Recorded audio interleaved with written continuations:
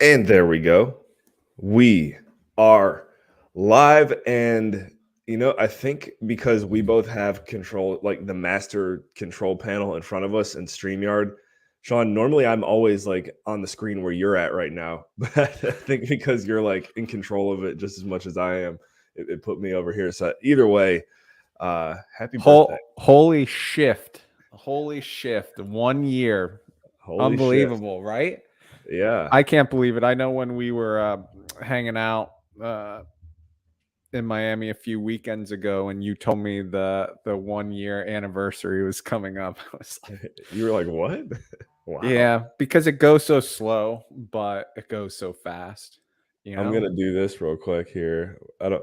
It might be a little bit too much with. I'm not gonna share audio, but everyone tuning in right now, you got to see it.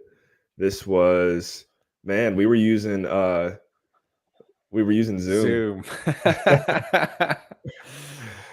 and let's see here. I think we both look better now than we did back then. I think we do. I don't know if you can see this. I mean, I'm not a big cutoff shirt kind of guy, but Oh yeah, oh, let's I go. am I am wearing my Shift Army tee. After Nice. I had to cut off the sleeves because I had LASIK and I want to play pickleball because I'm addicted to pickleball and I didn't have a headband and they didn't want sweat dripping in my eye. So the Shift T comes only in an ultra medium, the Shift Army T, and it was super tight. So I took off the sleeves and I wore a sleeve as a headband, my do rag. Where's the? That's good to know because I know. So the shirts that we would send to people, because I've had the online store for maybe about 2 or 3 years now. They used to come spot on, but I've found that they've started coming a little bit smaller, and you're validating that for me right now, which is good to Yeah, know. yeah. So Ultra medium. I ordered the medium, but they sent me the ultra medium. I'm trying to find the so there's a way that I was able to see that today was the birthday, but I'm not seeing the date here. I guess if I go to edit video, I just want to show everyone today is the day, April 26th. Got to be in here somewhere, huh? Analytics. There we go. Since public. Oh, there you go. Yeah. Boom. There we go. 1 year of the shift, and There that's was a recent conspiracy surrounding Finney's birthday. oh yeah, Um, yeah. I because we saw had this. like 10 different, and there's like five different possible dates. Was it when, Finney's first NFT was released? Was it when we enabled the Finney coin burn? Was it when Lars made the first Finney banner?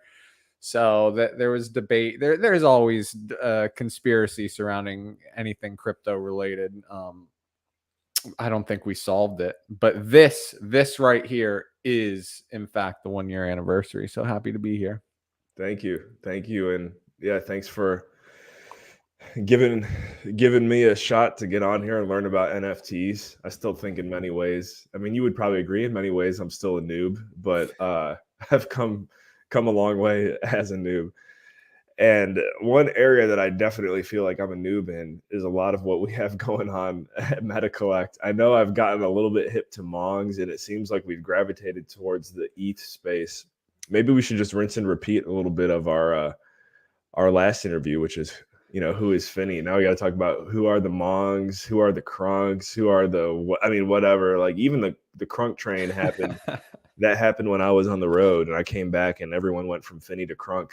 And yeah, why don't let's just do like let's do a year recap because Oh shit. Finney was everything from that moment that we just watched until August, and there was the pack drop, and there was the comic, and the storyline and shift, and then the Crunks happened like late August, September, I think, right? Crunks happened October. October. Okay, Mongs came a couple months after, Mongs and were like January, I think.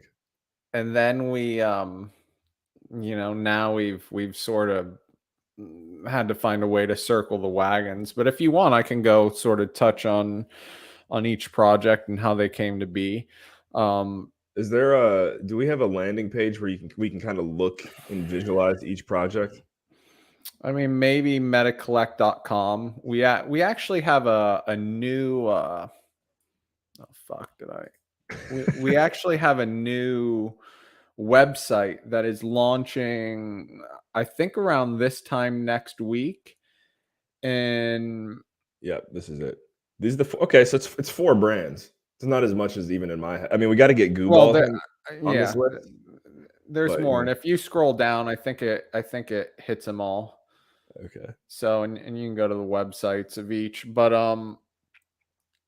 so you know our story. Kenny and I, started off as a community driven crypto publication in the EOS community. You know, I do forget how you and Kenny actually first, like, met. Like, what was your first interaction? Yeah, so like when anyone comes into crypto, they know nothing and they fall down this rabbit hole and they're just absorbing information and they're learning, they're processing these different concepts, right? You're in this foreign world, and this will relate to Finney in a second.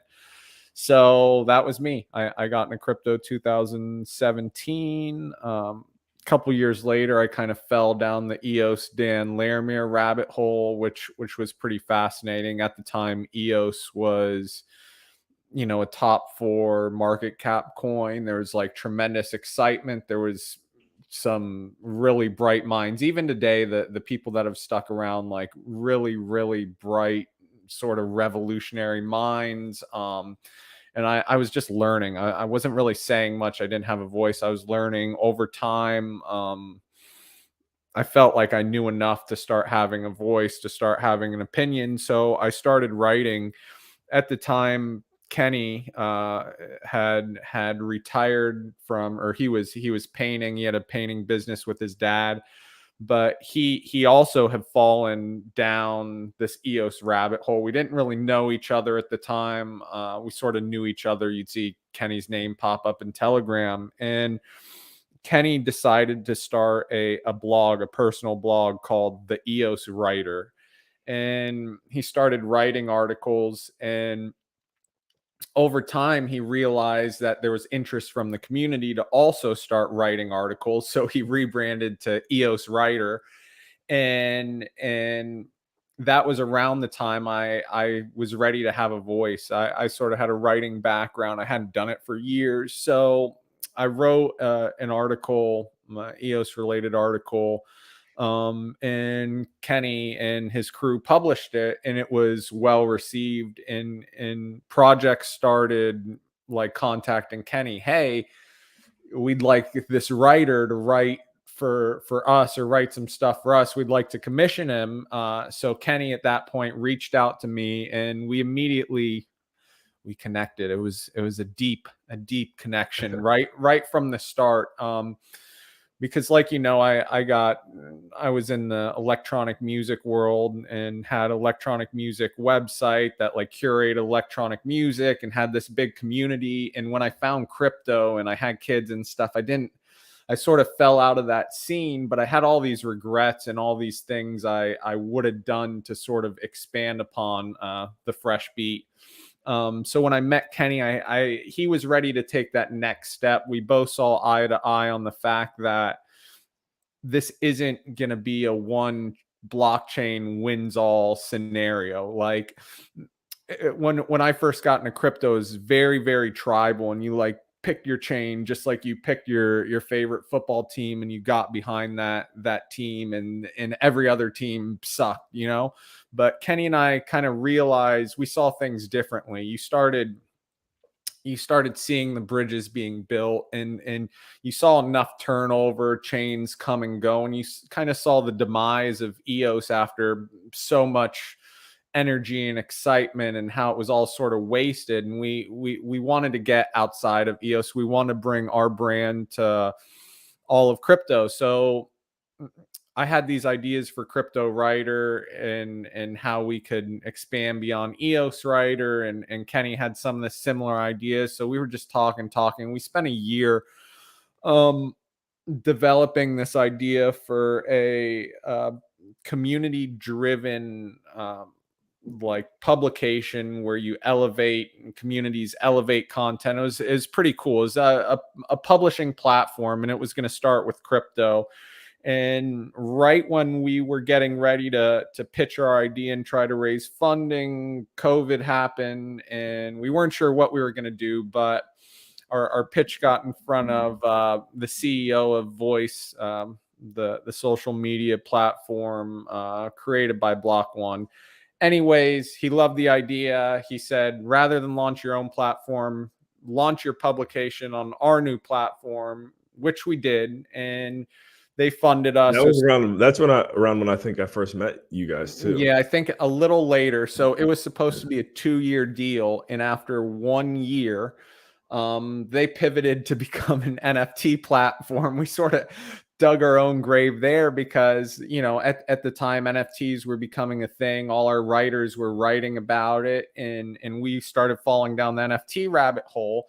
And the thought was, okay, you have these NFTs, they're this awesome marketing tool, this awesome like reward and incentive mechanism, a way to drive engagement. And you know, crypto writer on Voice was like this tokenized platform that was built on engagement. So we wanted to use NFTs to drive people to our publication and help boost our token income, all these things. And that's where this idea to have a brand mascot, and his name was Finney, as decided by the community. And the concept was, and Lars should take a lot of credit for this, the original artist. The concept was, just like you, Adam, came to crypto to, you know, you didn't know anything. My journey was like Finney's. Yeah.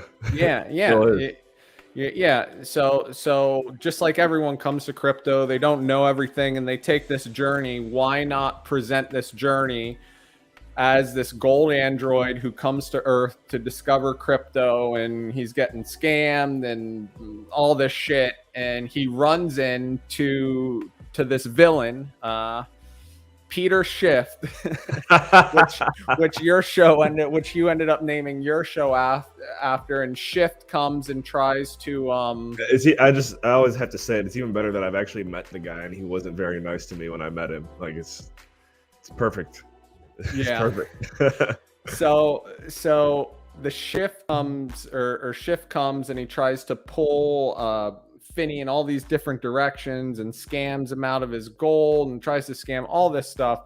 And from there, we sort of announced Finney's story through NFTs. And right about that time, Voice pivoted to become an NFT platform, and we lost our funding, right? We had all these mouths to feed and we had no way of feeding them.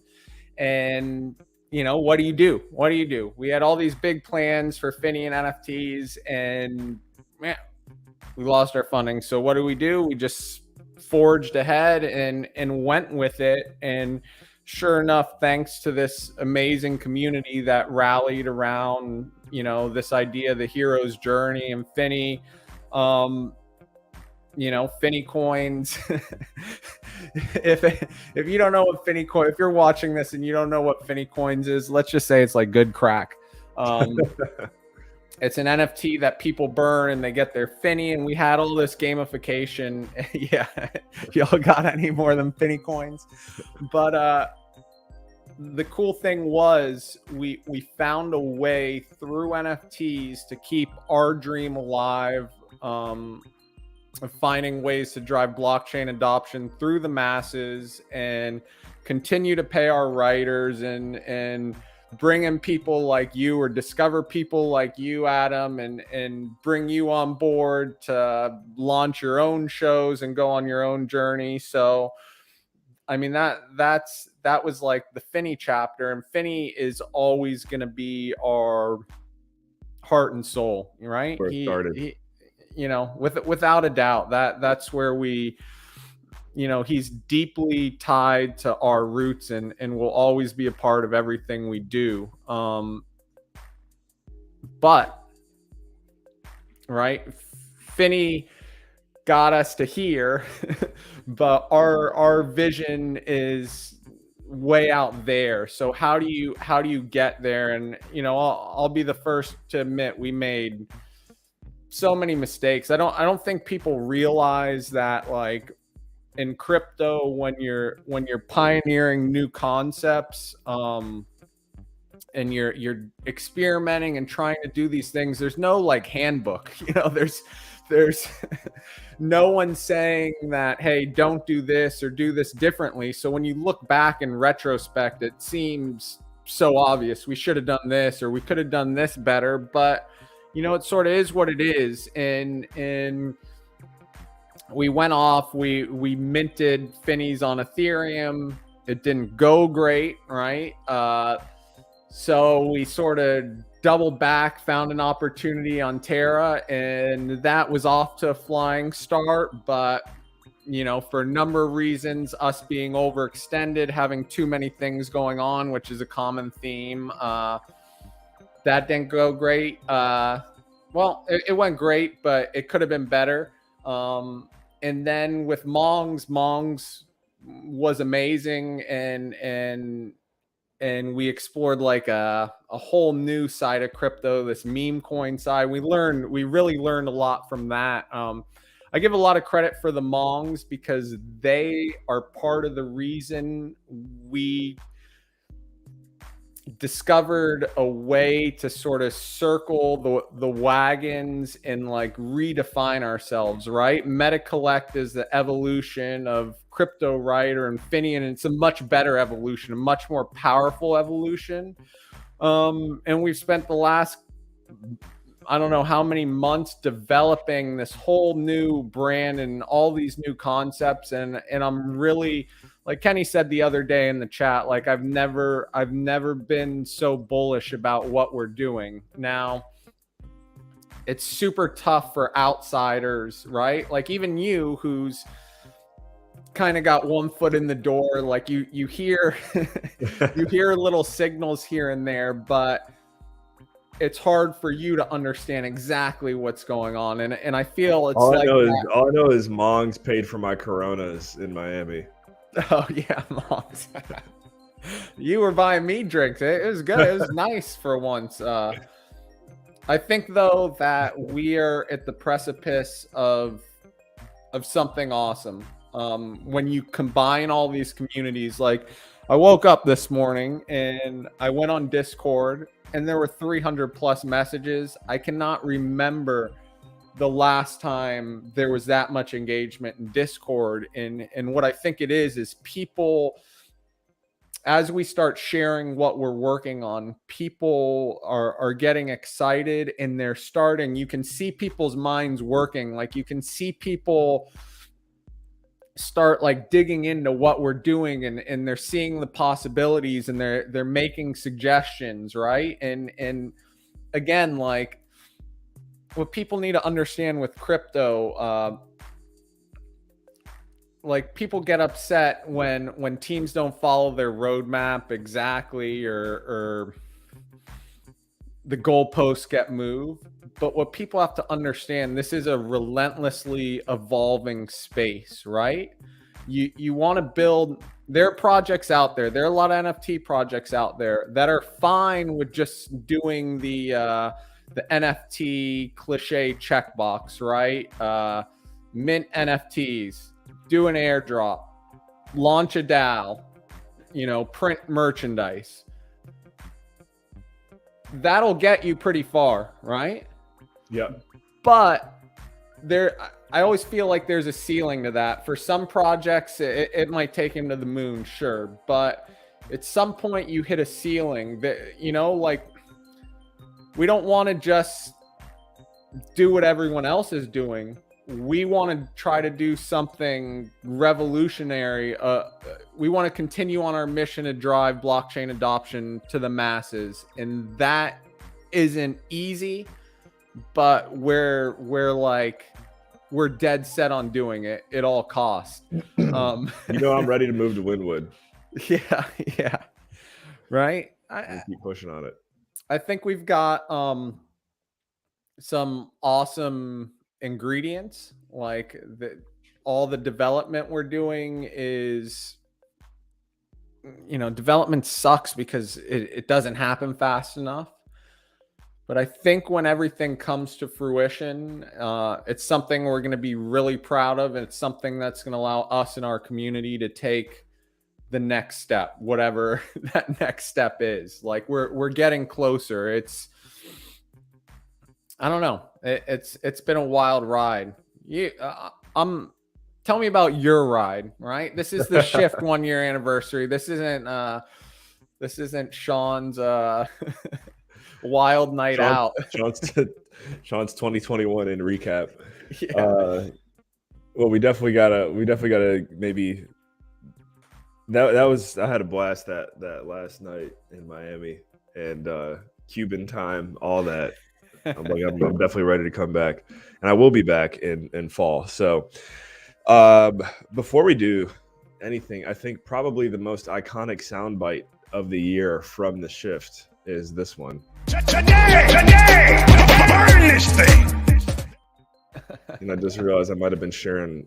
Did it play it like did the audio double when I did that? No. It didn't. Okay, cool. We'll do one more time. You guys ready? We're gonna burn this thing. Today, burn this thing. All right. We're gonna burn this thing. There is a link in the comments if you haven't snagged it already. Hurry up and throw your name in the hat for this. Can we do a ducky race later? We can do it right now. We're gonna do it now. Let's fucking go. I love Adam C. So when I met Adam, I remember the first call we had because I wasn't sitting at this desk. My wife was actually in the office, and I was in the living room desk, and we had a great call. And I was like, you know what? Tell me about your crypto background. You didn't have one, but you were ready to do a crypto podcast. And man,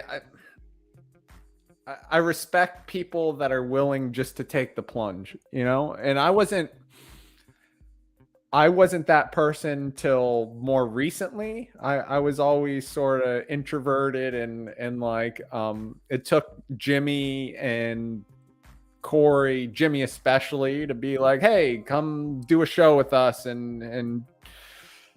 But you just like went into crypto with an open mind, not knowing what you'd find. And early on, you were such a noob that I'm not gonna lie. Oh yeah, that's right.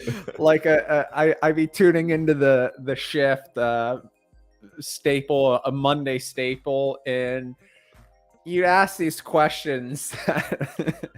I just remember someone gave me like a valuable pack, and all I knew how to do was like burn stuff. So I burned the pack that they gave me instead of like instead of opening it.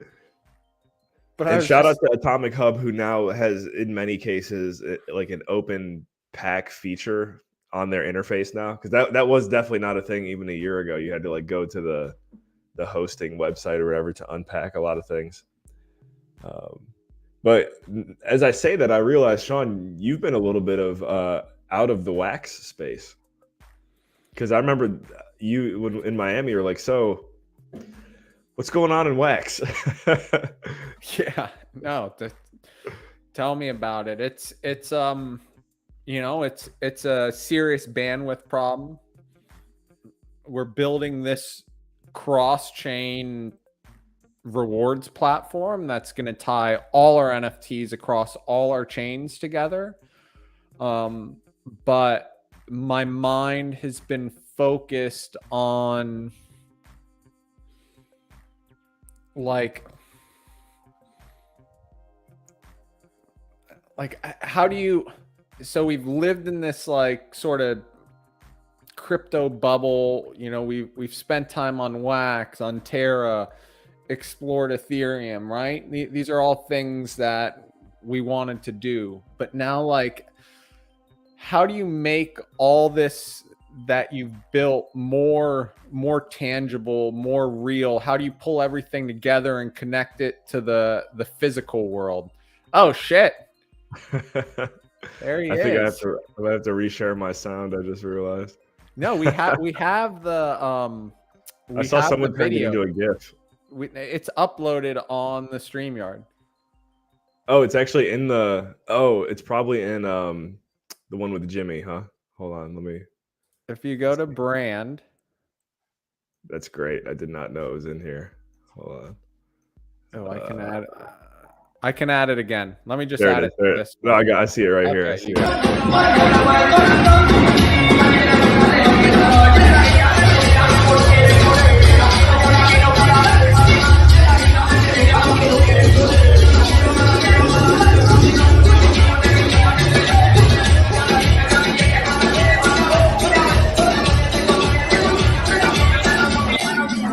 What a drunk asshole.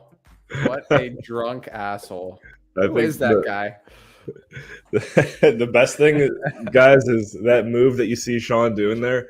He actually did that exact same dance move for about 2.5 hours straight. Oh, Maybe yeah, not the yeah. not the parkour part, but just the even Yeah. like even Poppy and I, when we got back to my Airbnb, we're like, yo, guess who am I? Who am I? And then we're just going like. Oh man, when you rewind to my rave days, I could do that move for 12 hours straight without skipping a beat. No, Sean's right, guys. There was one moment when he did go to buy us drinks, and it was at the one moment when I think Johnny and I were actually ready to leave, especially because I had to get back because I told my wife I'd be back 90 minutes before the time that we actually left the club. And I look over and Sean's ordering 3 more Coronas. I'm like, "What are you doing, dude? I gotta get out of here soon." So, Yeah, I felt surprisingly good the next day. did you I remember you saved some of your food from when we went out to eat. Were you able to eat that on your way home? Yeah, did you get Not it? on Did my you way get it? home. I probably saved it for breakfast. Okay, because this is one of those nights where you might want to eat it like before you go to bed. But you rallied. So yeah, our year in recap. I mean, I actually did technically get into crypto in 2017. Went to the moon and back between 2017 and 2018. Then I really didn't get back into the space until probably a year, like right when Corona hit was when I first started getting back into Bitcoin, but at a very minimal level. And then like by January 2021 was like, all right, time to really get back into it. I knew I wanted to get into NFTs because it just seemed really interesting to me. I was like, you know what the way a lot of people were treating NFTs and the way that people still treat them is the same way I feel like people treated like Bitcoin, for example, in 2017, 2018, which is, I think NFTs are still in a phase right now where majority of the world doesn't know what they are, or majority of the world still laughs at the concept. And Yeah. I remember when Bitcoin was there, and now I'm watching the NBA Finals and Coinbase and Crypto.com. Oh, and it's everywhere. It's Yeah. everywhere. So Yeah. I see NFTs getting to that level of international popularity within the next 2 to 3 years. So there's no better time to get involved than right now when people are still laughing at it. That's kind of where I look at it. Yeah, these are the future big lifestyle brands. All these NFTs are taking over. You can't stop it. It's like anyone who you first get in crypto and you drop down the rabbit hole and you just know it's not going away. You just know, like, once you have enough knowledge, you're like, okay, this is here to stay. And you can say that with full confidence. And, it was the same thing with NFTs, and people are going to laugh at it and they're going to say, this is silly, but they're kind of taking over, Right. They're kind of taking over. And it's one of the reasons Kenny made that awesome decision to scoop up a Bored Ape, and he timed it really, really well. When he first told me, he's like, we need to grab one of these Bored Apes. And I was like, oh man, you sure? Yeah, Sure? that was an awesome move. And was that after the Mongs when that happened? Yeah, it was right when we were getting ready to launch MetaCollect, this new brand that tied everything together, and we needed a face for it. Okay. I mean, I don't know if I've told you, but I've told other people, if a regular person buys into a project and tweets about it, right? Like a popular project, they might get 30 likes, okay, and a few retweets. If a Bored Ape buys into a project, right? Because of that, mysterious Bored Ape clout, they get, 100 likes and 50 retweets. There's just something. There's something there. We think Bored Ape's one of the strongest brands of crypto. We needed a, Calvin the curator. We needed a curator when, since we're launching the physical gallery, we needed a figurehead to be our curator and to collect these NFTs and connect to other communities and sort of grow the MetaCollect brand around this ape. It's a weird, like when you step back from all this and you think about what you're actually doing, you've paid the cost of a small house on a JPEG. And you're now, but it's a recognizable brand and it's becoming more and more recognizable. I saw a Steph Curry commercial the other day. Oh, is he doing commercials? Yeah, so it was Steph Curry. I mean, I assume it's what's he doing commercials for? Anyways, at one point he's chipping ice sculpture and it's his Bored Ape. Right. And it's just there kind of subliminally now. Right. But those in the know are kind of like, oh, look at that. It's a Bored Ape. So the virus is spreading. The NFT virus is spreading. But you spend like a small house on this JPEG. And now you're trying to think of all the different ways you can use it. And at first it seems like a ton of money. But then with the way things are going, the trajectory everything's on, it's like with every day that passes, you're like, oh shit, this was a really good move by us, and it makes our brand, our MetaCollect brand, that much stronger. Yeah, I'm trying to find that. I want to see it. Oh wait, okay, here we go. I think I found it. Oh yeah, you can kind of see that.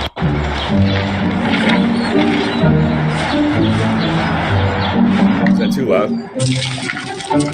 It's pretty loud. This April, see how the world's leading expert does cryptocurrency. There you Okay. go. That wasn't the exact one I saw, but it was that same Bored Ape. He had completed it more and it looked a little more Bored Apey. Either way, yeah, it's a very, what they've done with that brand is mind blowing, and just to see, as you mentioned, the ripple effect that literally just like owning that, what that can do for a community.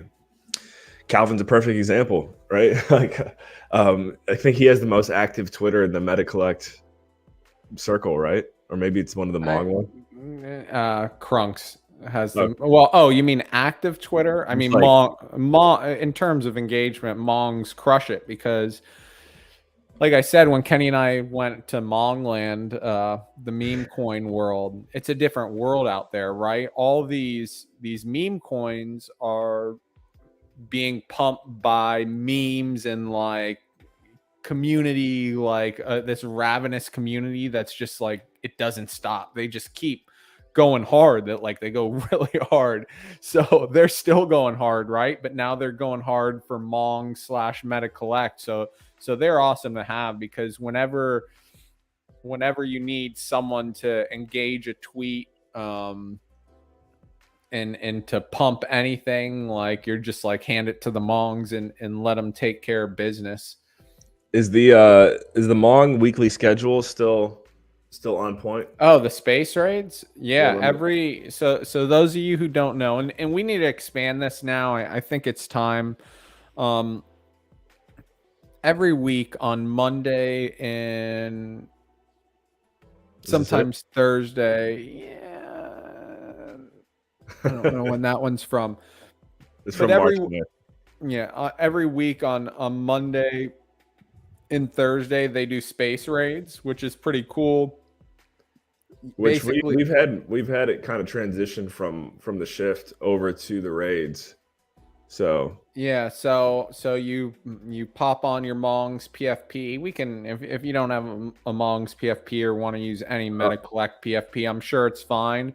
And you converge on these different Twitter spaces, and then there's a few people in the Mongs community who definitely aren't shy, and they'll get up and speak and shill the project a little.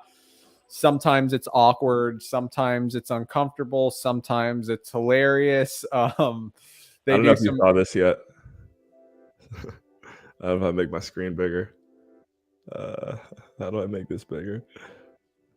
I don't know if I can.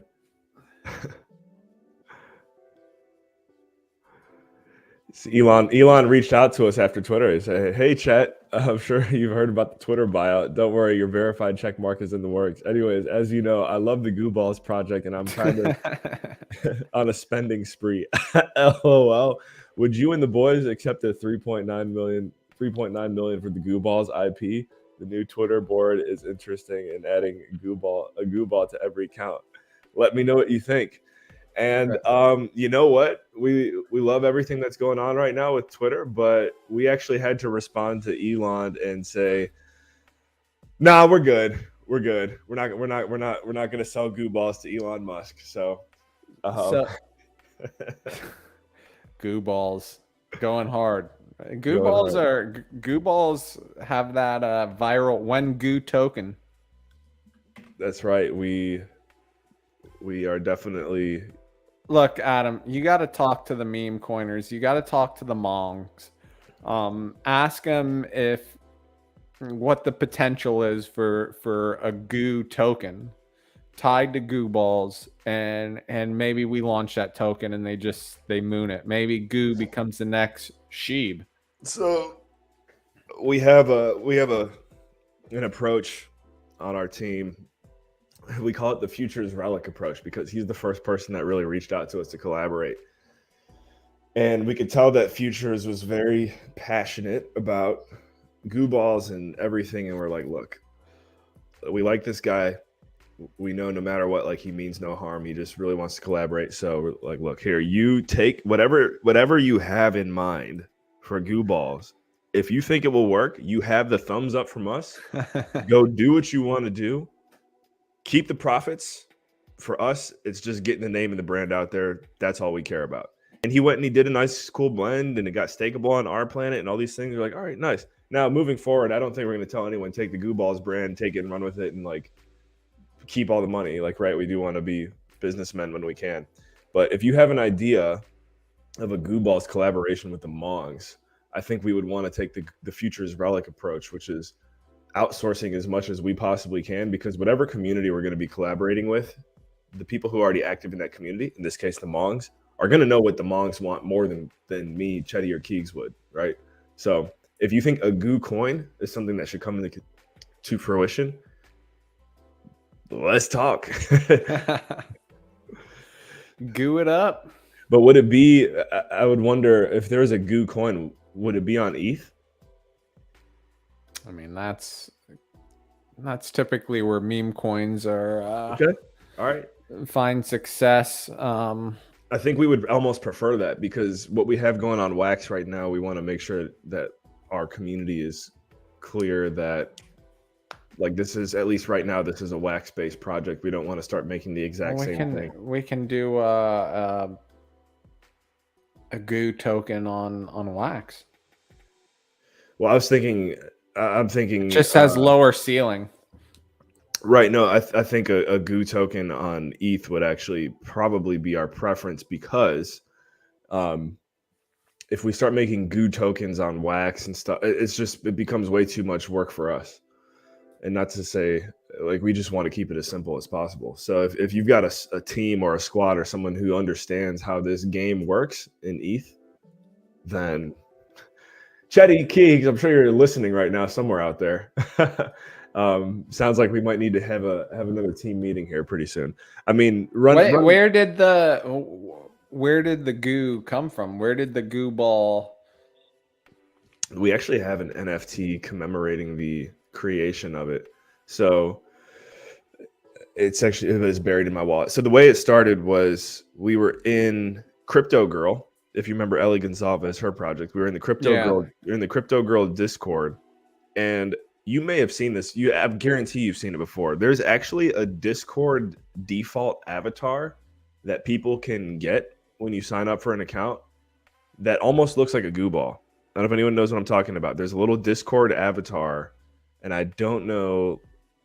Actually, my Discord's not working on my computer right now. I have to restart it. But next time I see it, I'll point it out to you. And some of you guys out there who are super familiar with Discord, you have to know what I'm talking about. There's this like default avatar that you can choose when you create your account that looks like a little goo ball.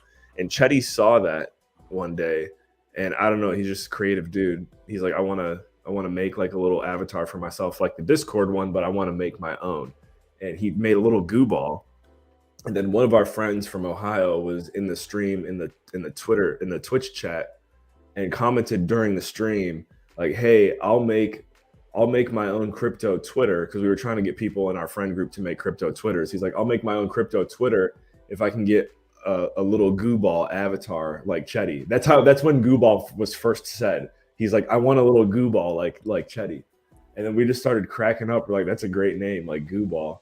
And so then Chetty started making goo balls for like me and Keegs, his brother, and other friends. And then it went from him doing that to then like we just decided we're just gonna make this project called Goo Ball as a one-on-one project. Why not? Why not, right? Use the IP. Oh, okay, let's hear it. And create a keto snack. Okay, so this is where, remember how I was telling you that Keegs will most likely be going full time in our project in August. This is where something like this comes into play. But I don't know if you've ever had like one of these vegan keto snack things. Is there it's like a commodities market, so I'm wondering, is there money to be made there in a keto snack?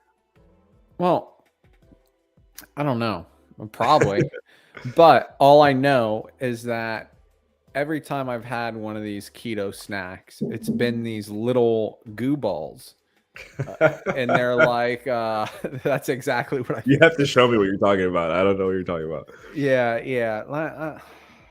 Anyways, I think one of the next evolutions of the NFT space is bringing everything, the connection in the physical world, whether it's through the IP, taking your NFT and stamping it on a product, right? Like we can see where most of these NFT projects, you own the NFT, you own the IP. And the projects want you to take that IP and go stamp it on whatever product you're selling, whether it's merch or some spiked seltzer water, right? Stick the goo ball right on there, because let's say you've got a community of 1,000 holders, right? And let's say that 50 of those holders actually get out there and take their Finny or their Mong or their goo ball and they stick it on some sort of tangible product, or whether it's coffee, right? Goo ball coffee. Goo ball coffee is not bad. Not a goo ball tequila. If one of those products gets any bit of traction, it's a benefit for the entire goo ball project, right? And community. So how do we take goo balls to physical? Yeah. Where can you see goo ball? Like, where would you? Let's ask. I see it like a snack, like a delicious snack of sorts. You got to come on the stream at night one time so we can give you one of these. Ooh, I like it. Well, let's ask the community, the Goo crew. Ooh, here's what's something that you guys would buy that has a goo ball on it. Check this out. Let me share this. Hold on. Hey, Keegs, we have another business proposal. This happened yesterday when I had Sasha from Wombat Dungeon on stream, and I'm like, man, I want to give this guy an answer right now, but I got to go back and talk to the team. Sean is proposing the idea, and we're going to use the Futures Relic model combined with the Wombat model that we just offered them. Someone on the MetaCollect team might create a goo ball token on ETH. We're definitely not married to the idea yet, but the idea has been created. I know we got to talk to Chetty, but I kind of like the idea of a goo token on a different blockchain than Wax. So let us know your thoughts in the comments if you want, Keegs. We can obviously go talk about it later, but there we go. Another goo idea has been brought. You got what you're going to share there, Sean? Yeah, I want to share. This is sort of low resolution. Does that not look like a goo ball? If a goo ball was a food? Wait, so is this what you've been eating and it's reminding you of goo balls? Yeah, I've had these. When I go by Trader Joe's, I grab them. But all these keto snacks, like all these little trendy snacks, are these balls of goo. And they roll it in some coconut, whatnot. But they are delicious. And you can actually, there's a fair amount of calories in these. Sort of be like a meal replacement. Yeah. But I picture when I think of goo balls, it makes me hungry for some reason. All right. Well, we'll definitely have to go to the drawing boards on this one. And Keegs makes a good point there. Normally how our team meetings go is if Chetty doesn't like an idea or he has any kind of doubt, that means we have no say at all. Think about a goo ball, right? With and I like how your goo balls are different shapes. So you have different shapes, and maybe like a slightly, what I haven't seen done is like a slightly crispy outside. And when you break through the outside, you hit the what's the layer of earth? What's the layer of earth before you get to the core? What's that? Lava. I know what you're talking about. Yeah, not lava. Lava is the core. But you hit that layer, right? And that's where you've got your substance. But then when you break through that second layer, you hit the real goo, right? Something that makes you say, oh shit, that's gooey. Yeah, the mantle. Once you get through the crust. So you got the crust, the mantle, and then you got the goo. Crust, mantle, goo. Yeah, thank you, legendary John Trafford. But think of that. Crust can be a little salty, a little sweet. You break through the crust, you get to the mantle. It's more your sort of texture, more your like the meat of the goo ball. But then you break through that, and you have your gooey filling of sorts, and you call it goo ball, and then Keegs, are you ready to go full time?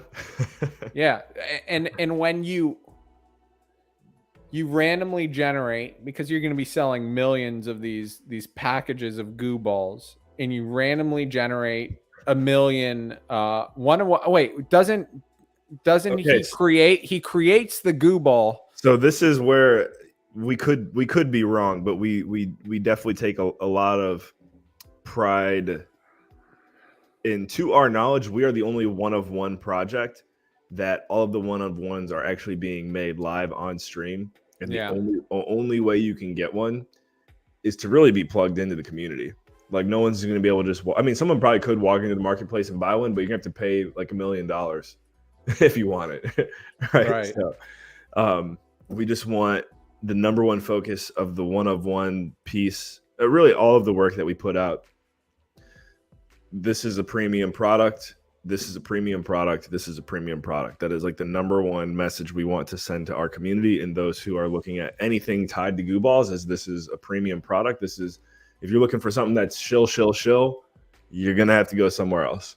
So that's really like the main thing. And because of that, we got like with Wombat Dungeon, I didn't even realize, but like a goo ball is 600 mining power on Wombat Dungeon, which is dope, right? Do you Like have they get it. have you had guest artists come in to create goo balls? We have had, so we bring guests on the show. We haven't had guest artists. This is where things are getting, from a collaboration perspective, things are getting spicy. So we're talking to Wombat about a further collaboration right now. We did one with Future's Relic. Obviously, you and I are talking about one right now. And I think the collaborations is where it's at. Honestly, that's where like all the growth happens from what I've learned here in the past year. The more you can collaborate, the faster you can go. We just want to make sure whatever we do, we protect at all costs. We protect the integrity of like the original project, which is the one of one creations on Monday nights. So we're open to ideas. And as Keegs said in the chat, and maybe this is actually probably where us three coming together and kind of being business partners really works out well.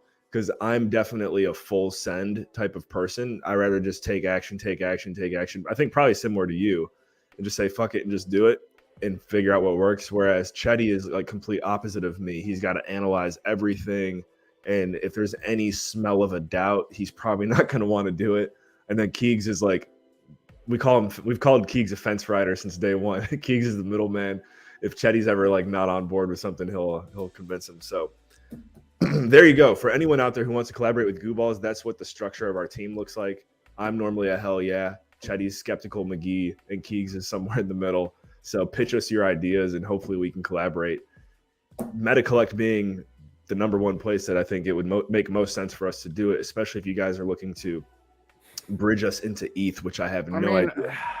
What do you think of an angle where, because Joe, Joe's done a sensational job with Underground and connecting, and that brand is like really going strong. The Underground brand? Yeah. And the number of artists that are getting behind it is awesome. So much potential there.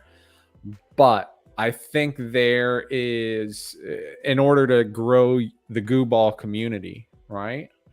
Because Goo Balls, like you said, quality.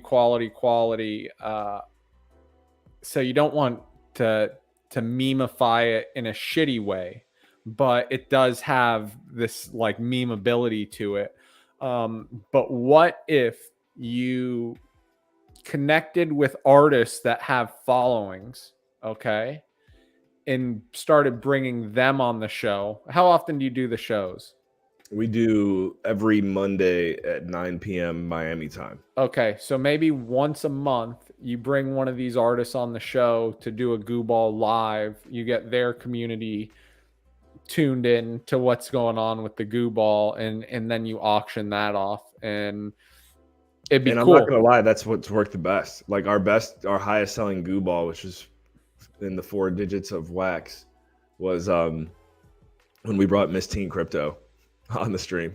And she created the Goo Ball, or she was just on the stream? Her input. Like Chetty does all the creation. Okay. But the guest. Okay. Does Chetty have a big ego? Will he let someone else create a Goo Ball? Like what if John Trafford rolled up to the Goo Ball and all right, painted I some think pixels? You know what? We do have a big ego. Because Chetty is we say Chetty is just as talented as Beeple. That's the phrase that we have going on right now. Okay. So yes, we do have a massive ego for Chetty because he is the man. But someone like John Trafford, if the resume lines up, the legend, someone who's done work for Sega Genesis. I'm saying that caliber, right? Yeah. Yeah. Because I think you guys are onto something with these Goo Balls. So creating them live on stream is awesome. Thank you. But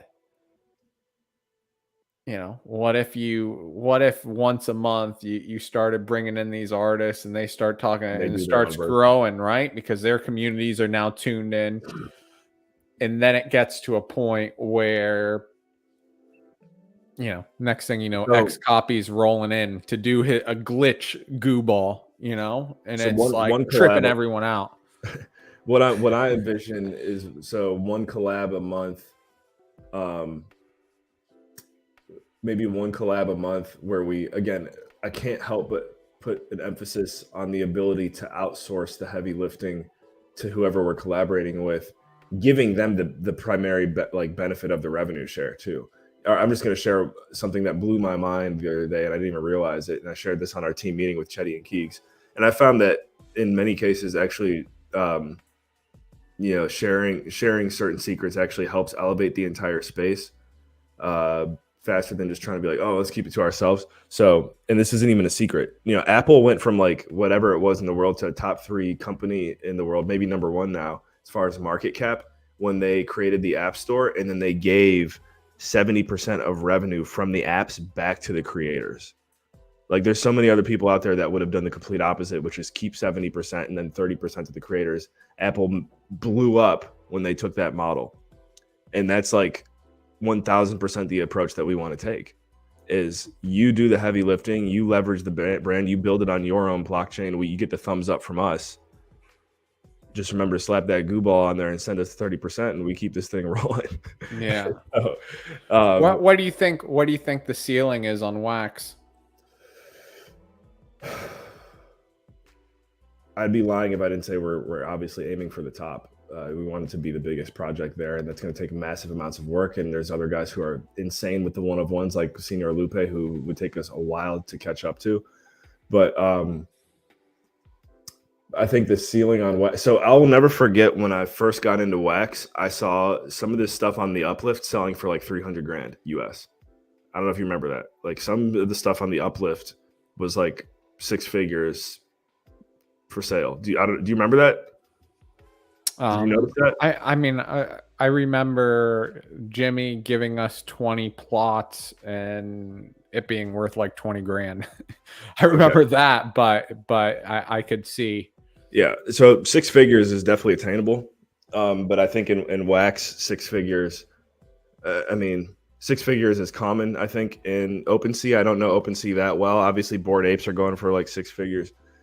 I think if you want to be the top of the game in Wax, your product's got to be in that like 50 grand to like.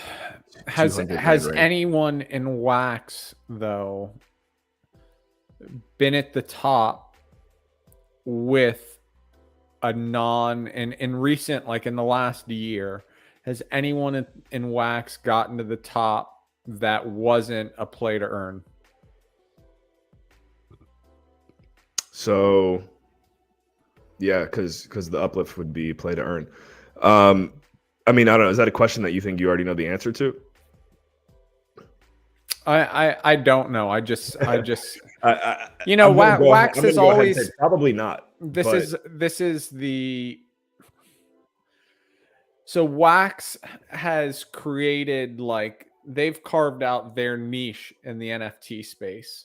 So this is sort of what I've learned, right? On Ethereum, definitely has the highest ceiling because there's most Ethereum whales trolling the waters, biggest brand recognition in terms of crypto outside of Bitcoin.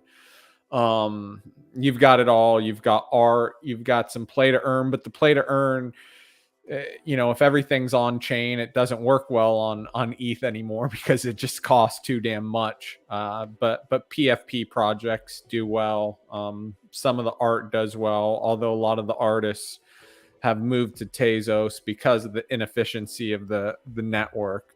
On Wax, you have, mostly sort of play to earn digital collectibles, like high volume trading, right? You drop 100,000 assets and watch everything go, and collectors collect.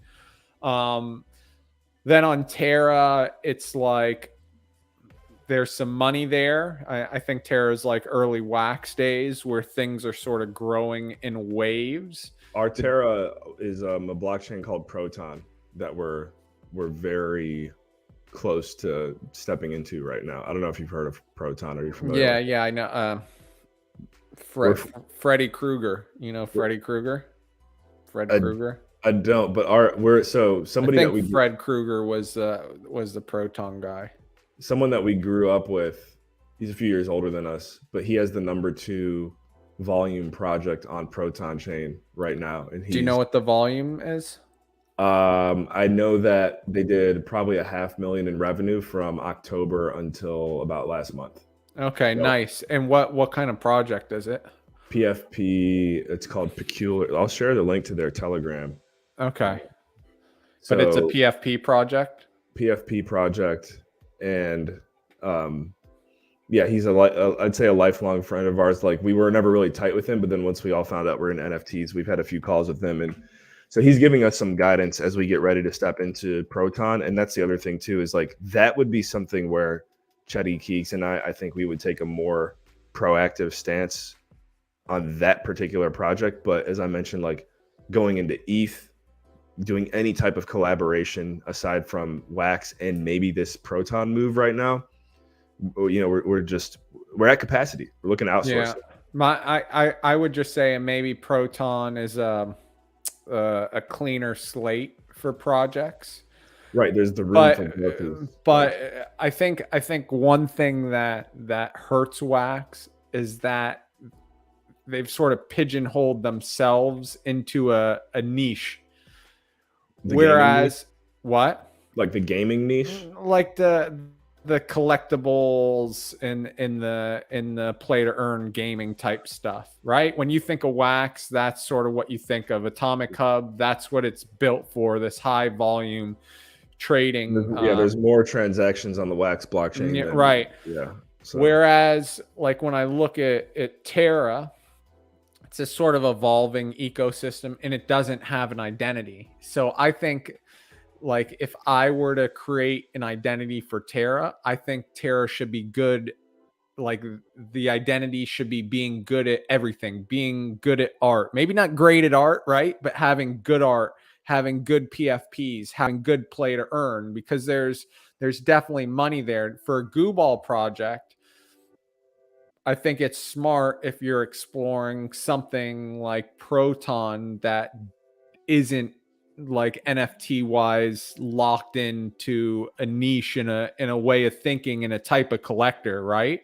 So you go start making Gooballs over here, expanding to another chain where everyone's mind's more open to new concepts, and it takes off that way. Yeah, good point. So, and I can tell you right now, the idea that we have for Gooballs heading into Proton, granted it's a good fit and everything works out, it's not going to be a replication.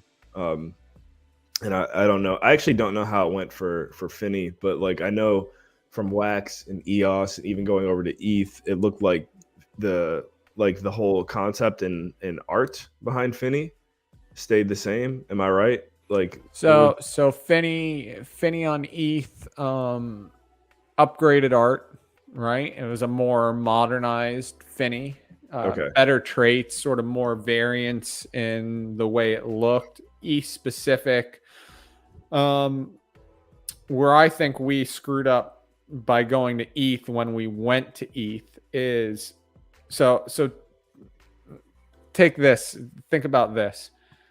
We launched Finney on Wax and EOS.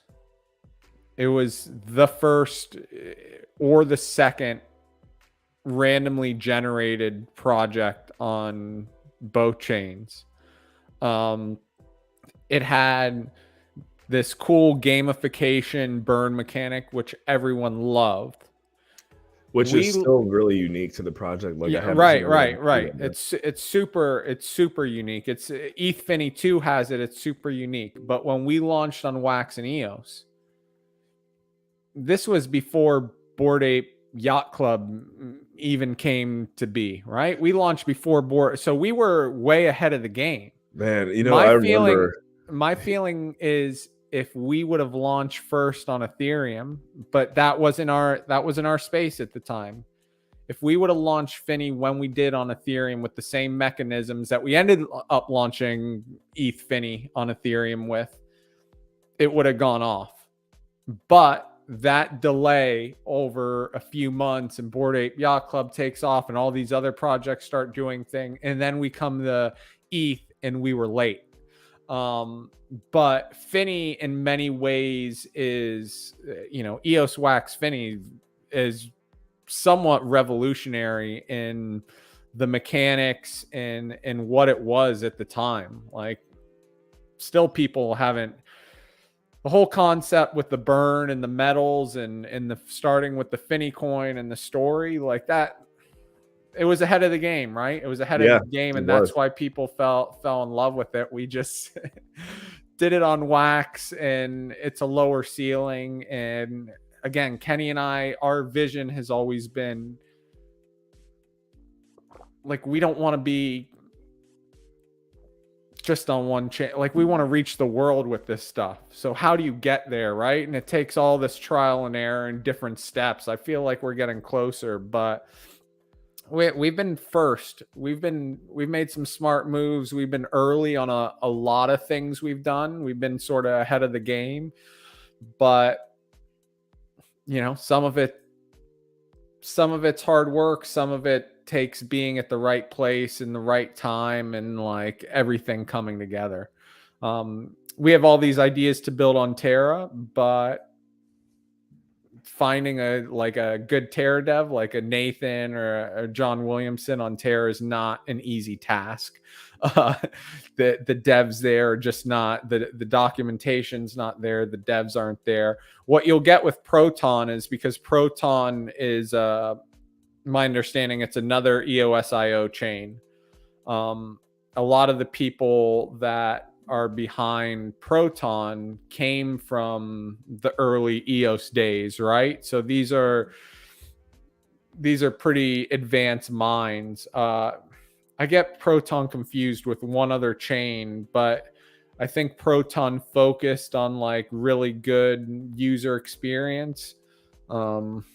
You might not know, but I remember when Proton came to be. Proton's definitely early in the game, because when I went to go make my wallet, like you know how you can tell sometimes usernames, like a lot of usernames have been taken. When I was making my wallet, like I literally have a four letter name, which means but is this what you're thinking of, this project? I'm pretty sure it's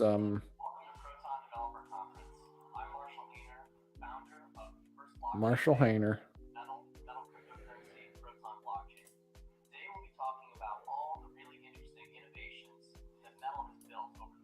So it has something to do with Metal Pay. Yeah. This was all born out of EOS. People in the community thought they could do EOS better and launch Proton, and in a way they did. And Fred Krueger, I don't know if he's still behind the project, but Freddy Krueger. Let me see here. If my wallet, I haven't actually done this in forever, so hopefully this works. You never know, right? Here we go. Authorize. Okay, cool. I'm in. There you go. DC. That's my nickname. I was trying to find a good KY, like non-KYC name. Some people call me DC. All right. So how do I do this? How do I view my assets? I thought you were the general. We're getting a rebranding. We got all these different nicknames. I know I have some in here, collections or NFTs. There we go. Yeah, this is from, I think the one thing that what's the main marketplace? Great question. Let me see if I could find it in. So, a piece of advice. Well, not for you necessarily, but for anyone who wants to get involved in NFTs. If you do your research, I think this is the main marketplace. Is protonmint.com. Okay. And this is the project that we're friends with, this guy. This is the one that's is this the biggest one on Proton? Yeah, this is his personal account though. I don't know if this is, but this is like their project, which I mean, it's not like I gotta give credit where credit's due. And RPD, if you watch this replay, love you, man. What I'm thinking is I've seen projects with the from an art perspective similar to this on Wax doing, not even close to the volume that these Yeah. guys are doing. And part of it is because they got in here early, and it Yeah, still is well, big early. yeah, that's what I was getting at. If you have confidence in yourself to be able to manage the launch of a NFT product, and you take the time and do your research and find one of these sort of out of the mainstream, sort of up and coming chains with a like solid community, and you launch a good NFT product and you're one of the first, you can do really, really well. But And look, so this is kind of, so we had him on stream when we made. Let me show you the goo ball that we made, and you'll see how this is how we've been collaborating so far. Actually, I feel like, why do you rock the more elongated goo ball as your PFP? because that's the one that I own. That's Potato Bug Okay. Johnson. Do you give them all names? They all have names. They all have great. Okay, great, I like that. I like great that. names. So look, I'm the owner of Potato Bug Johnson. You can see here. Oh, that didn't work. I guess I got to update that. Are you gonna do animated shorts with goo balls? See, these are all. Hey, Keegs, when are you going full time again? So here we go. Now it's interesting. I think we had a lot more goo balls for sale, and some of them have now been made their way over to Wombat Dungeon. Have they always? Is there any reason you went white background over transparent background? I have no idea. Actually, that's a question for the artist. Transparent background would make it easier to stamp your goo balls on all sorts of other images. Oh, I see what you mean. Without the step of having to remove the background. Luckily, they're pretty clean lines, so you can remove the background pretty easily. Right. Yeah, it's not a PNG. This was a new idea, which we really like, which we didn't do that. With the original 12, we call them the 12 Goosciples. It actually doesn't have that back image, but once we started... Potato Bug Johnson. Got Potato Bug Johnson. We got Junie Bug Schuster. We got Goovid22. Goovid22. That's Earthling, which shout out to Earthling. He's in Thailand right now, and I know he's got a crunk. And if it wasn't for... He's the one who actually introduced us to Wombat Dungeon, and that's been a phenomenal relationship ever since. Future's Relic, Gutra's Bollock. I don't know how it came up with that name. Future's Bollocks. That's like what the name that Future's Relic wanted, I guess, when we were first making them. Buttermilk Jenkins, Gooby Copperhead, Chewy Stevens. This is BMAC from the Atomic Kings community. Yeah, it's been a wild ride. So, and now all of these are actually stakeable in Wombat, which is pretty cool. So, like all of these. When you were going to college, did you know that a few years later you'd be making goo balls for a living? We have a punchline in the Goo Crew, which is if you ever having a conversation with someone and you mention goo balls to them and they respond to you, they go, no, I don't know what that is. What is that? The only way to respond is fuck you. If you don't know what goo balls is, then fuck you. No, I'm just kidding. Can we show off a Trafford exclusive? Absolutely. A never before seen Trafford special. Let's do it. You got it ready, or you want me to pull it up? Okay, so for those of you who don't know, in about 2 weeks there will be a great crunk purge where we'll be burning crunks to get a crunked out car. Burn 2 crunks, get a crunked out car. And I want to show off one of the one-on-ones. I fucking love this thing. I love the colors on it. Done by the legendary John Trafford. There's the DeLorean, the floating the flying DeLorean. Is it floating? It's flying. No, like for a second it looked like it was like a image, like a movie image. But like, John, if you're listening, I think we take this one extra step. You animate it so it's like just sort of like hovering there, and then you add like a little bolts of electricity through these wires right here. Maybe something sort of heats up in the back. I think it'd look pretty fly. But yeah, these things are cool. What I love about, so I think within the Terra community, because the Crunk sort of got I think so much hype in the beginning that the hype outweighed the reality, which hurt us, right? It's easier if you're sort of a small undercover project, then the expectations not so great.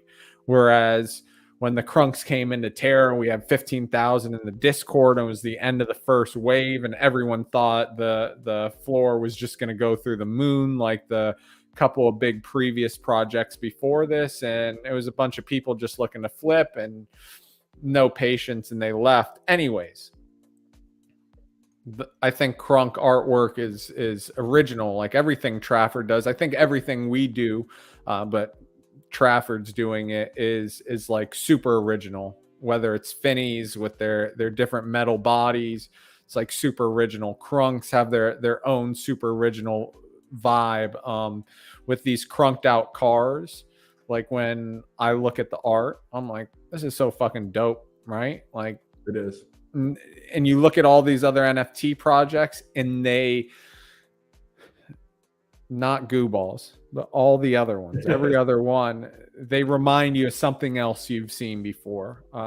Whereas when I look at a John Trafford pixel art piece, even though this is of a DeLorean, which we know, the vibe he creates is unlike, it's completely original, right? It's his thing. So I love this shit. Mad respect to the legendary Trafford, but I'm looking forward. A lot of doubters. We haven't really produced anything in Terra. This crunked out car burn will be the first thing that we show a little technical wherewithal. We do something cool. So I hope it's sort of like a fresh start and we start getting a little momentum, because what comes after, with the underground marketplace and the collect token staking for all our NFTs, it has like really fucking big potential. So we're getting there. But yeah, Trafford. Traffy. We you know, where's he based you can call him Traffy, Laffy Traffy. Where's he live? He's in the UK. Oh, okay. Wow. Yeah, I might be going to the UK soon. I feel like I got to go on the NFT tour when I'm there, because there's like the ultra rare guys are there. Sammy Snake is there. Who else is in the UK? I think a lot of the Atomic Hub guys are there. Oh yeah. Yeah. What's his name? Hydro. John Nichols. I don't know if you. But then again, yeah, you've kind of shifted gears to Terra and ETH, right? Is Finney still popping on wax? I don't know if poppin's the right word. I think when people realize that they're able to earn just as much collect using their Finnies. So I think that it'll all sort of level out across all the chains. Because with what we're doing underground marketplace, using collect token for our curation mechanism, which is super dynamic and a lot of fun. You know, we've gone here. Now we're circling back around. Like I said, we're circling the wagons. Doesn't look like we're paying much attention to wax. A lot of our wax community, though, like people like Fleensy and stuff, came over to Terra and took a liking to Krunks and projects there. A lot of the Finny community went out and got Mongs because they couldn't help when the Mongs people are just pumping it nonstop. And again, Mongs are, there's another original dope PFP. So it doesn't look like we're paying much attention to Wax, but all our NFTs are tied into what we're doing going forward in terms of meta collect token. So I'm pretty confident that people start seeing the light again, and we'll see when this stuff launches. This is the fucking worst time, because we're building all this dope shit, but like, development doesn't happen overnight, and I want this stuff out a month ago. It just doesn't work like that. I don't know if I have it in this one. Where is it? No, it's in the other one. There's that one thing that we all need more of, which is developers.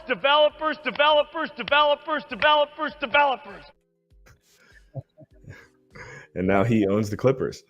5 developers and just go with it. Developer. So what do we got to do to make the IRL thing in Wynwood? We got to raise some money for it, or what? Yeah, I think we got it. Well, if we want to be sooner rather than later, we gotta raise some money.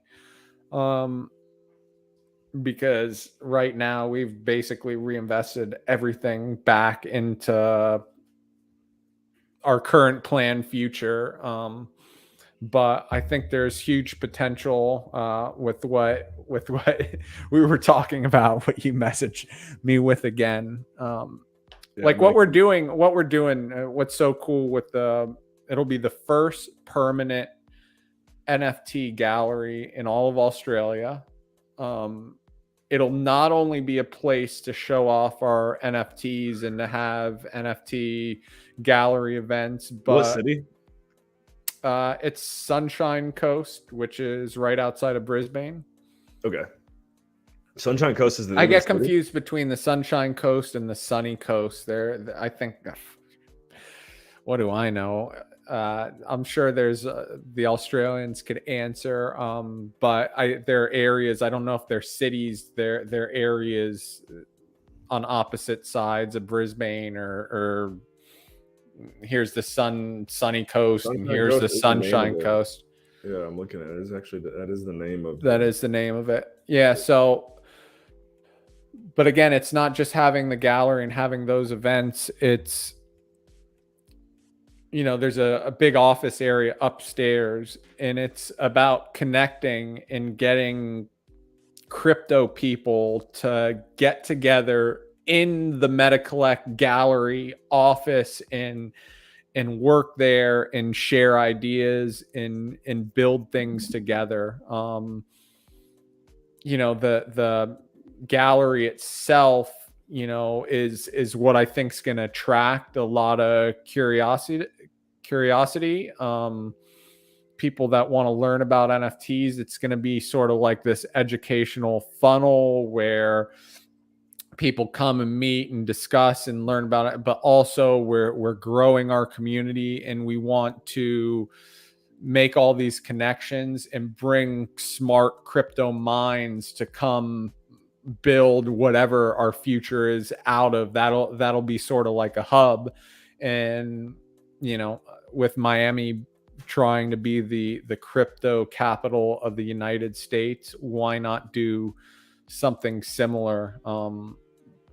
You look around, my neighbor down the street, kid I went to high school with, was one of the BitPay founders, like the Bitcoin ATMs I saw at Bitcoin Miami. Yeah. Wow. He actually worked on the Fresh Beat with me for a period of time. But I saw now that the BitPay ATMs are doing, like, you can buy NFTs on them, which I thought was pretty wild. But yeah, there's a lot of people like that in Miami. There's a lot of crypto folk in Miami, and Let me look at my. So I have to go to Orlando in September 21st, the 25th. I'll be in Orlando, and then the following week. the general's always scheming how he's gonna get down to Miami. Dude, I love Miami. I think the first time we went there, which would have been the time that we hung out with you and Jen, I was like, all right, this is cool. I was still debating between, or actually Nikki and I were debating between the Gulf Coast and Miami. And then I don't know what it was about this last time. It wasn't obviously going out with you that one night. You got drunk. That was a lot of fun. That definitely has played a major influence. But just that whole week, I think I was really impressed with how like Wynwood, how nice it is. Because I think it has that stigma of being some of it being janky or whatever. But right by that area where we went in that Target, that's where we stayed. It was really nice. And then you got the beach like right across the bridge. I think Miami, you can. Oh, and then when we went to meet you in like Coconut Grove or whatever, I didn't even know like that stuff. I haven't seen Miami, right? Like I don't know. So that's Miami for one. You have the ocean breeze, 24/7, 365. But we do technically have that in St. John's, Newfoundland, but it's really cold. But within, even though things are kind of spread out, like it's not you are a big sell because you're from there. You're well connected. So like if we were to move there, it's not a cold move. It's not you make friends fast too. It's not it's a city where you have to drive places, but you get a lot of different vibes. Like all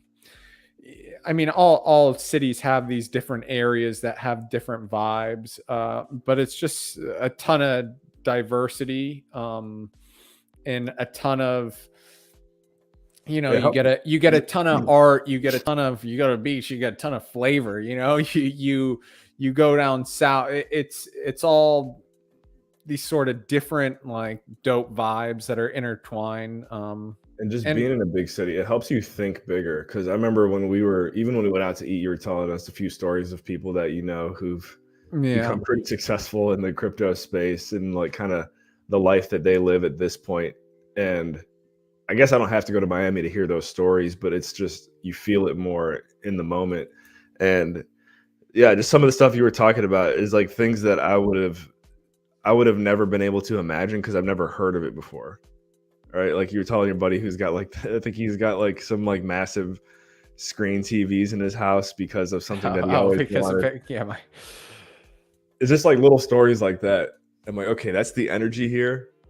It's like thinking outside of the box. Obviously, I'm in this. It's they call Miami like a baller economy, right? So I think when you're surrounded by all these people balling out and all the nice cars and stuff, that like it's hard not to want to aspire. Like it's hard not to want to own a boat, right?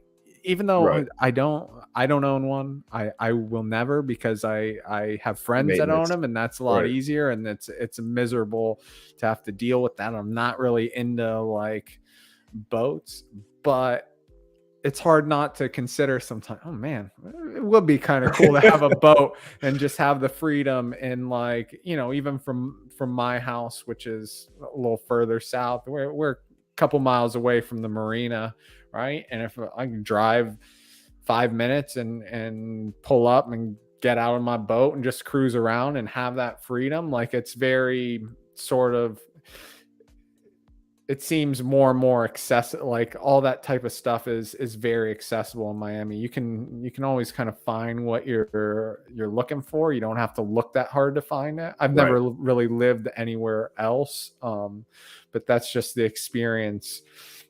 That's what you get out of the metro area. But Miami is like the main metropolitan city that hasn't politically lost its mind. And yeah, I agree there. It's got good weather. Like LA had a good run compared to Miami, but everyone knows like this is insane to me to think based on the level of crime and stuff that comparably I think Miami does have an edge. Like you're only going to find trouble if you're looking for it, I believe. But Yeah. Miami, from my observation, has significantly less homelessness than Los Angeles, which almost doesn't make sense. Right. Or But they it's just true. do a better job of keeping it off the streets. Yeah, that's it. You know, it's interesting that you say that because it is true. Like, you know, you'll see a bum here and there, but it's not like they're lining the streets. We I went think to I this think cafe. that Go ahead. I was gonna say, I think that if you like when I was growing up, I remember going downtown Miami to the actual like city, which is mostly business. There now, there's more and Would more that be where we residential. went? Like, what Brickell. part is actually downtown Miami? So in between Coconut Grove and Wynwood, where you Okay. were staying, That's where we went. Yeah. yeah, but there's Brickell, which is all the residential area, but you know, official downtown Miami, there's not many people that actually live downtown. So it's a little grimier, but it's not a place that anyone spends much time in because there's so much around it that's nice and awesome. But you got the international airport there too. I mean, I think you know, for me at least, the reason why there's a few reasons why I never left Miami. They say like people, like 80% of people don't live beyond 20 miles from where they've grown up. Most people, yeah. But for us, it's having, you know, you don't hear many stories about people that were born in Miami leaving Miami. Unlike other places, people grow up or people get older, they move down from the Northeast to Florida. So a lot of the people I grew up with, most of the people are still here, right? So your support, your network, your community of support is pretty big. Like mine is pretty big just because everyone's still here. You know, a lot of my buddies, our family, friends, they're all within this, you know, 5-mile radius from where I live. So why it's really hard for me to imagine. And I would love to have a vacation house somewhere and go for summer or whatever. But it's hard. It's funny because your house is like where people have vacation homes. Right? Yeah. I mean, it's just hard for me to imagine leaving that community of support. And also, if you know, if you move here, you know, that community of support gets extended and we welcome people in. People are very sort of open-minded. You know Prince Royce? Yeah, that's a big selling point. People are very open-minded to in Miami because it's such a mix of cultures and everything that it's like a very open, it's not like this cold boxed in Northeastern mentality here. It's like the more the merrier here. It's always been that way. Definitely. So yeah, I think it's only a matter of time. We'll be having this next the 2-year anniversary will be from IRL? the shed. No, from my shed that I'm redoing. Okay, and I'll have my DJ skills up by then too, so we can. I hope so. I hope you're better than Mongersman. I know he's probably not listening, but we were doing a Mongs sesh, like to do a late night whatever vibe sesh, and people are requesting songs. People are requesting good songs and playing, but Mongersman, like, I don't have the patience to listen to like the full 4.5 minutes. Just give me the radio mix, you know, like I only want that 2 minutes. Give me a verse, a chorus, and move on to the next track. But Mongersman was playing out these 5-minute things, and for some reason, if you've ever listened to music on Twitter Spaces, it sounds slower. Like everything sounds slower, so you're just sitting there. Come on, Mongersman, fade it out, Mongersman, fade it out, fade it out. No, it's a tough situation. I DJ'd on Twitter Spaces once, and I went and I listened to it after I was done. I'm like, man, it sounded way better in real life than it did on the Twitter. I'll say this. You don't want to, and I would make this mistake. So back in my DJ days, whenever we had a house party, right? Hey, Sean, get in there. my friends all think I got, I remember you probably, telling me this story. yeah, my friends all got very spoiled, let's say. So, and then they get comfortable. So they were super spoiled, and then they get comfortable. And after I've, every weekend they're like, hey, I don't like this song, or play this, or whatever. And finally, it got to the point where I was like, you know what? You do it. You take over. Let's see how long you go. And most people have like 2 go-to songs, and then after that, they're out of it. They're done. Yeah, they're out of it.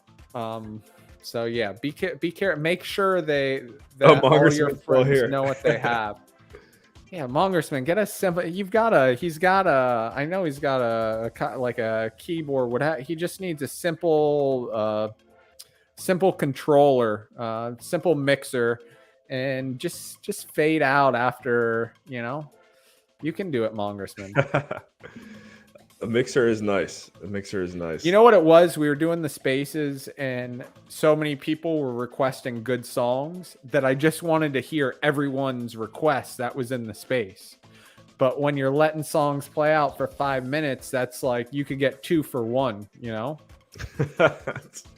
get more. That's what we need. We need more noise, more stimulation. We got to keep firing it, right? Short attention span. Let's go, Mongersman. Step it up next late night sesh, which I think is tomorrow.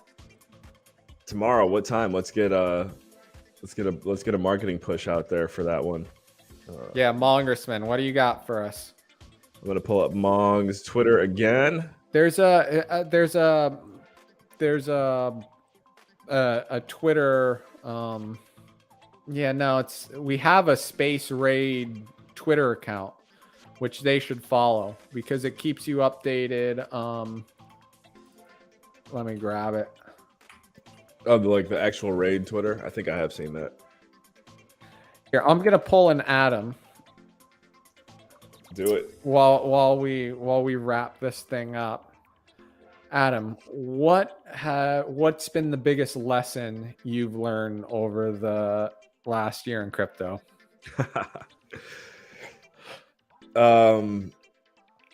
Without a doubt, keep showing up. I think what's brought us this far and what will continue to make really cool things happen is do it. Like, what I mean by keep showing up is we have done this stream, I believe, every single week for the past year. We might have missed maybe 1 week. In any week where we might have missed it, it was filled in by my go-to fill-in host, Futures Relic, because I know he's always ready to hop on stream, which he has been from day one. Shout out to that guy. I mean, I remember when he was in the comments and he was like trying to get up on stage. We gave him a shot and he capitalized. So that's number one piece of advice or lesson that I've learned that I would share with anyone out there. And it doesn't have to be going live, but like, don't quit. Don't quit. Yeah. I agree. You just keep forging ahead, right? Everyone in crypto's their own pioneer. It's right. Because it's the Wild West, and the direction you choose to go and what you choose to build is up to you. It's a blank canvas, but you just need to keep forging ahead, and eventually the opportunities present themselves. And I gotta say, I think I got that. It's such simple advice, but I want to say that I got it from, or I got some inspiration from Burst, because when I first started streaming with Chetty and Keegs, would have been like October maybe, and we had him on a couple streams with us, and I could hear it in his voice, like, man, just keep doing you guys just keep doing what you're doing. Like, don't rush anything. Just keep doing what you're doing. You're gonna be all right. And he just said, keep doing what you're doing. And at the moment, in that time, I'm like, what does he mean? Like, just, we're not doing anything right now besides going live. But that was it. Like, Goo Balls came into creation just by us showing up every week, screwing around, playing hacks ball. And then eventually, now we're actually. Oh, I remember. Shift Army. That's right. There you go. Go get yourself a shirt. Shift Army t-shirt. Cut off the sleeves. Put the sleeve on your head like a do-rag. That's what I do. Hey, Zitron is in the chat. Zitron was hanging out with us last night. He knows what's up. Been up for a while. You start your day and end your day with MetaCollect. Good stuff, man. So, Sean, I'll flip it back to you, and then we'll wind it down. Heading into year number 2 of the shift, what's your recommendation to the audience of this show? Oh man, evolve or die. That's a good song. No, That's my. I mean that's my lesson to myself. No, I think that what was I gonna say? Oh, sometimes if you want things to be a certain way, you need to put in the work to get them there. And I mean this, it's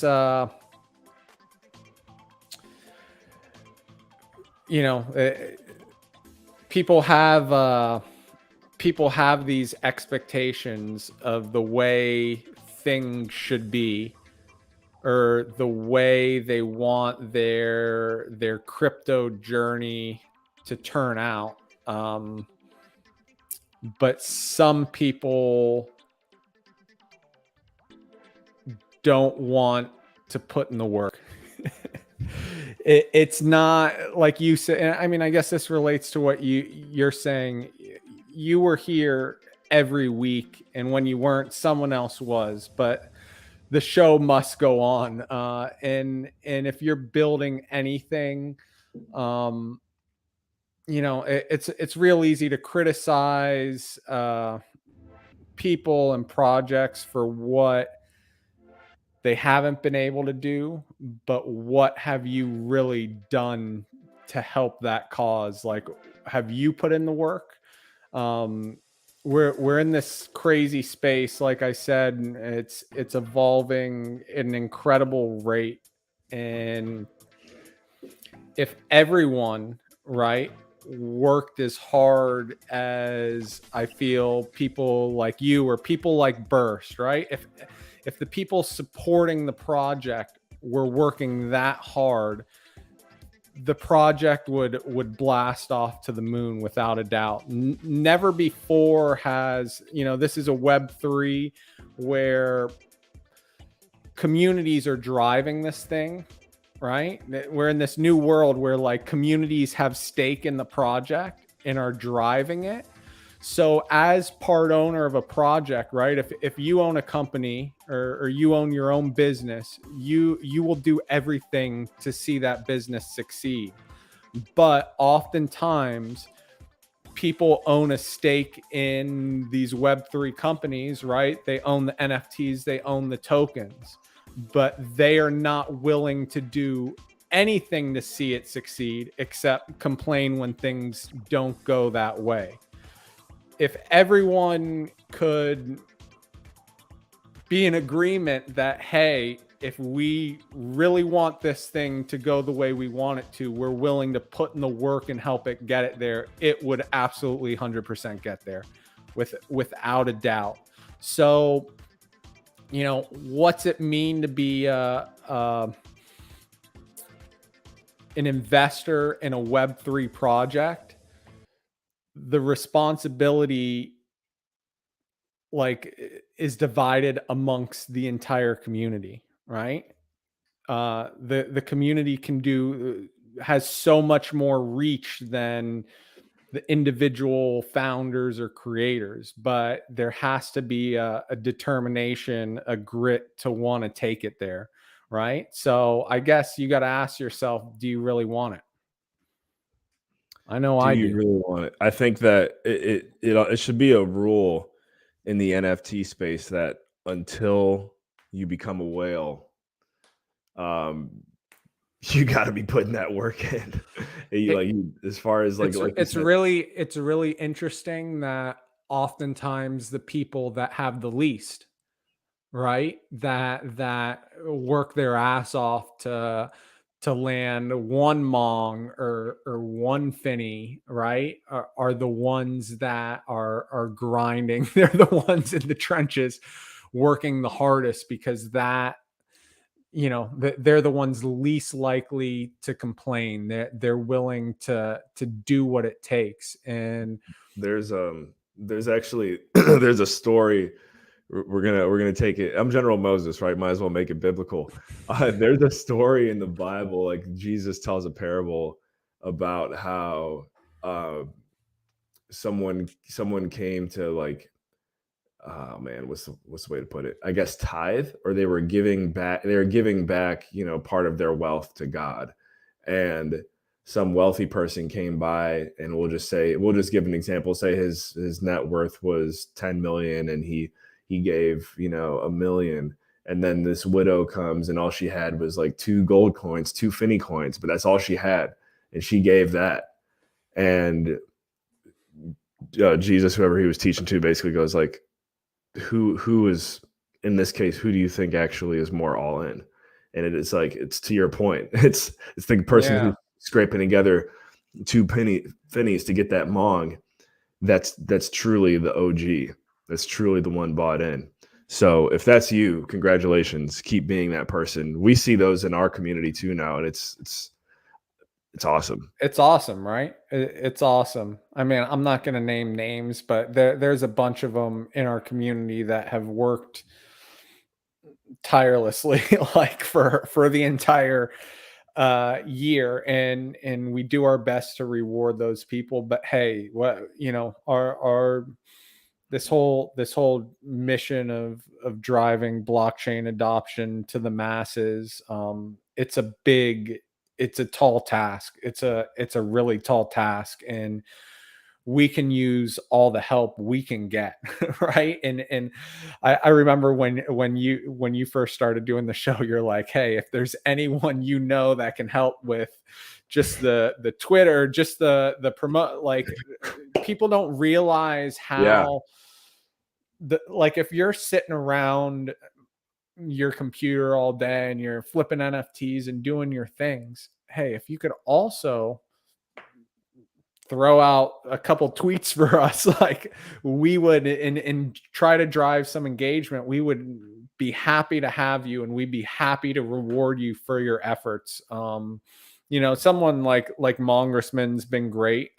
Absolutely. He's a great example. He runs these Twitter spaces and all that thing. And we, reached out to him because we see this star in the making. And we said, hey, if you'll do this for us, we'll do the best we can to reward you for it. And super grateful for people like that are hungry. If you look at the different people that have been a part of our community and the success they've had, whether it's Reese Kent going off and launching Drop Bears, Taylor Arnold, he's blown the roof off Terra. They're probably the most successful, quickly becoming the most successful NFT project on Terra. Just had their second mint, which sold out instantly, made $1 million.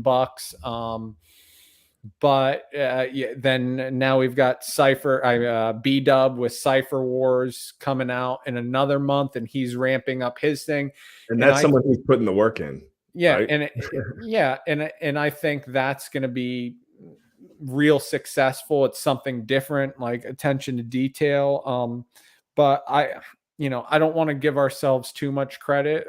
A lot of this success is because these are very like-minded people with their own talent. But I have to imagine being part of Finney's journey in the early days and seeing that, and definitely learning from some of our mistakes, iterating on some of our successes, has played a part in all these people going off and doing their things, being successful. But there's a common thread amongst all of them, and that's that they kind of, when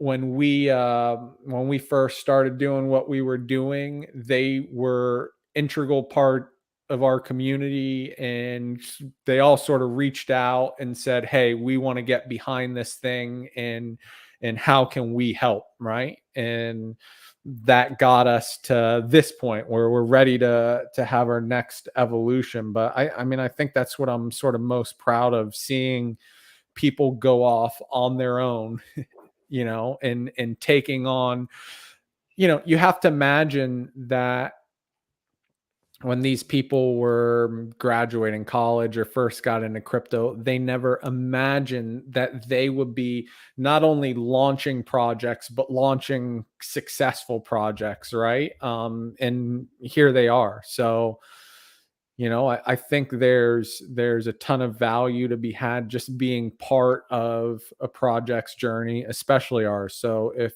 you want to help us take the next step in our evolution and learn from all those experiences, I think it's a, you know, it's a super valuable lesson. Let us make all the mistakes, and then you don't have to. That's right. Tap into MetaCollect, guys. Go to the MetaCollect Discord, copy link. Join MetaCollect Discord, ask questions. If you don't know what we're doing, like, it's not something that's going to pop out and say, hey, this is what we're doing. Like, it's a very sort of cool, weird, not your normal straightforward NFT thing.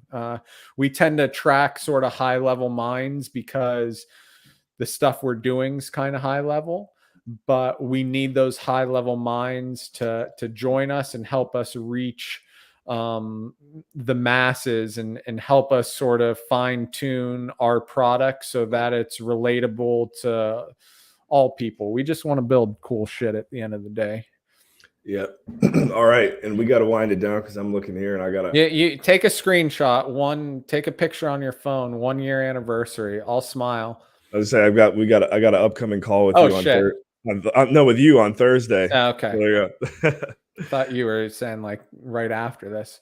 No, I do have one after this, but I'm going to take a picture now Sure you do. and make this into an NFT. Let's just do like this, get the whole screen in there. Guys, make some noise in the comments if you want your name to be in this NFT. You got 10 seconds. 10, 9, 8, 7, 6, 5, 4, 3, 2, 1. Boom. There we go. That is going to be minted and created. So my next call is a conference call. So I'm actually going to do my best to mint these NFTs while I'm on the call. So if you're in I'm going to drive traffic on this one to the Goo Balls Telegram because it's going to be a lot easier for me. If you want to win that NFT that we just created, it's got me and Sean in here for the Shift's birthday. Make sure you join. Make sure you join the Goo Balls Telegram. There's a link there, and I'll be dropping it in there within the next hour.